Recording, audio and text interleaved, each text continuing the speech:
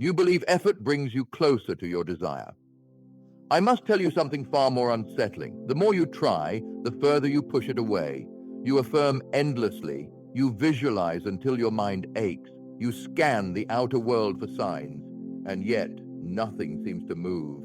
You call it bad luck, blocks, resistance. I call it what it is, a misunderstanding of the law. Consciousness is the only reality, not sometimes, always. The world you see is not a stubborn opponent. It is a silent mirror, faithfully reflecting only one thing, the state you occupy within yourself.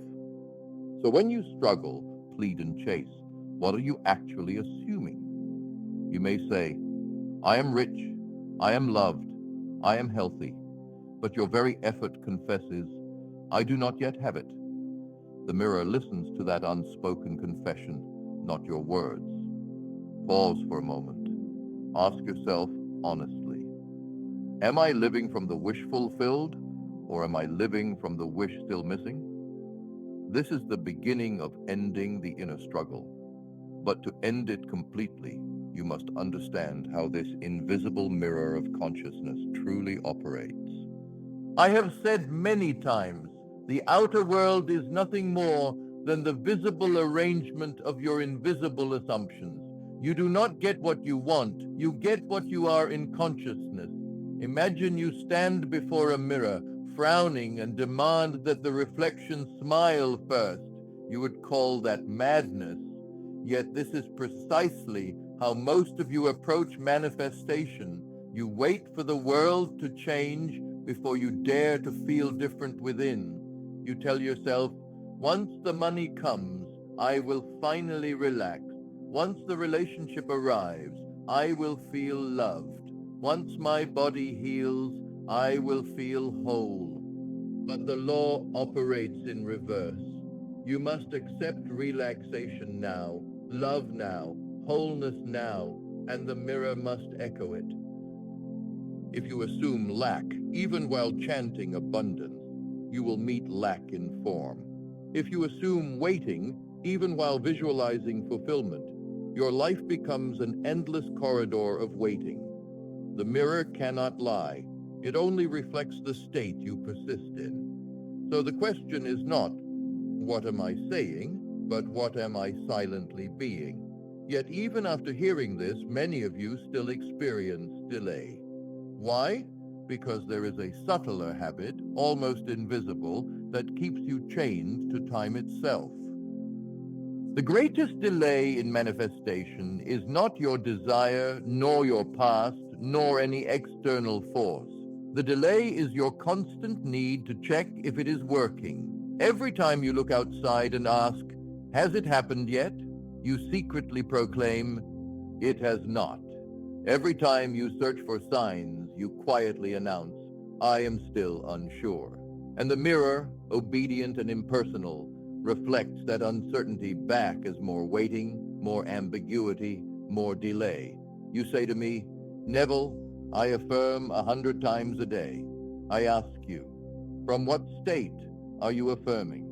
If your affirmations are drenched in fear, effort, and desperation, they do not create faith.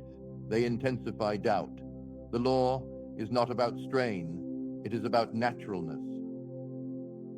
True assumption is quiet, almost ordinary. It does not tremble, it does not beg, it rests. When you truly accept your desire as already accomplished, you stop interrogating the world for proof. You no longer ask, when? You know. Look at your own behavior now. Are you living as one who has, or one who is constantly checking if they will ever have? To escape this trap, you must do more than stop checking.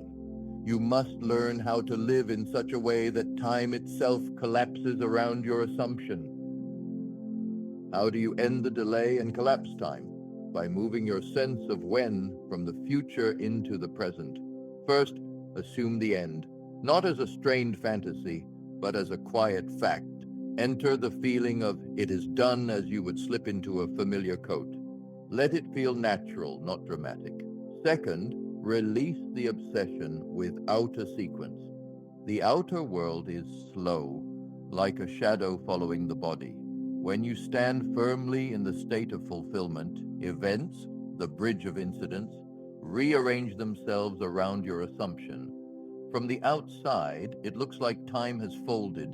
What should take years seems to appear in months, weeks, days. Third, practice faith without visible proof. Faith is not a tense hoping, it is a serene knowing. It does not demand signs. It allows them to appear in their own perfect order. Fourth, use imagination as reality. Close your eyes. Hear the words someone would say after your desire is realized. Feel the texture of that new life. Let that imaginal scene become more vivid to you than the present circumstances. Finally, before you sleep, enter that state of fulfillment and drift off as though your wish were already a remembered event. You are now living from the end. But will you let this simply be a beautiful idea, or will you dare to test it in your daily life? Pause with me now. Consider one desire that has weighed on your heart, perhaps for years, not many, just one. See how often you have checked, doubted, waited, and argued with reality about it. Notice how that inner struggle has kept you circling the same experience. I invite you tonight to conduct a sacred experiment. Do not plead, do not bargain. Choose instead to be the one who already has what they seek. For a few quiet moments, close your eyes and step into that version of yourself. Feel their ease, their relief, their gratitude. Let that state be more real to you than your current bank account, relationship status, or medical report. Then release the world from the burden of proving it to you immediately. Walk through your day as one who knows the ending is already written. Let your inner conversations change. Speak to yourself as the fulfilled one.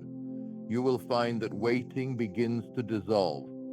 Time seems to bend. What once felt distant starts to feel inevitable. If these words stir something in you, do not let it remain mere inspiration. Practice. Test the law. Thank you.